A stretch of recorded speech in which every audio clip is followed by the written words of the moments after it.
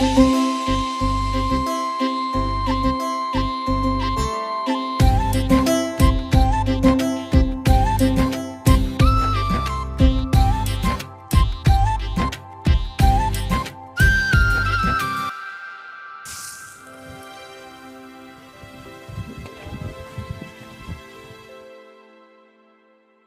এইখানে আবার ব্যাগ নিয়ে আইছো, ঘটনা কি?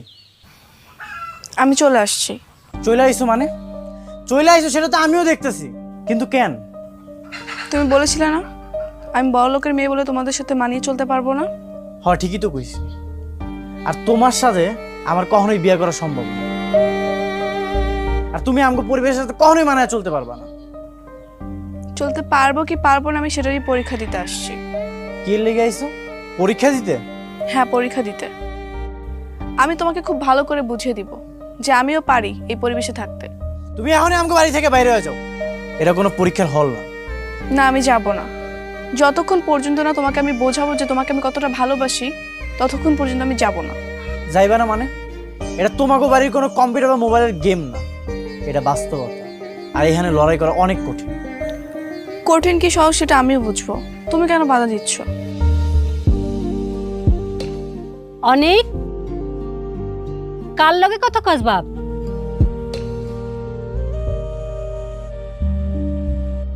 আসসালামু আলাইকুম আন্টি।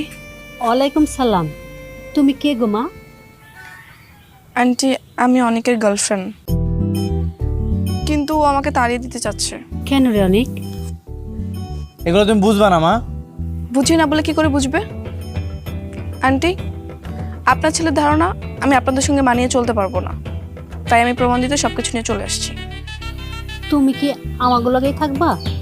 হ্যাঁ আন্টি, বউ হওয়ার জন্য আমাকে যা যা করতে হবে আমি তাই করব। তুমি পারবা তো? হ্যাঁ আন্টি, অবশ্যই পারবো। মা, আমি তোমার কয়ে দিতেছি, ও একদিন পরে সবকিছু গুছায় বাড়ি থেকে চলে যাবো।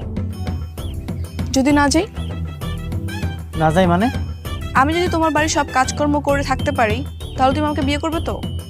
তখন কিন্তু আর কোনো অজুহাত দিতে পারবে না। কি এর অজুহাত? তুমি আন্টির সামনে দাঁড়িয়ে কথা দাও, আমি সবকিছু মানিয়ে নিতে পারলে তুমি আমাকে বিয়ে করবে। ঠিক আছে, আমি তোমার বিয়ে করব। আগে থাকো তো আমাকে বাড়িতে, থাইকা দেখাও। তুমিও বিয়ে করার জন্য রেডি থেকো। তুমি তো খুব জেদি মাইয়া। চলো ঘরে চলো, ব্যাগটা আমি নেই। না আন্টি, না আন্টি, আমার কাছে থাক, চলো।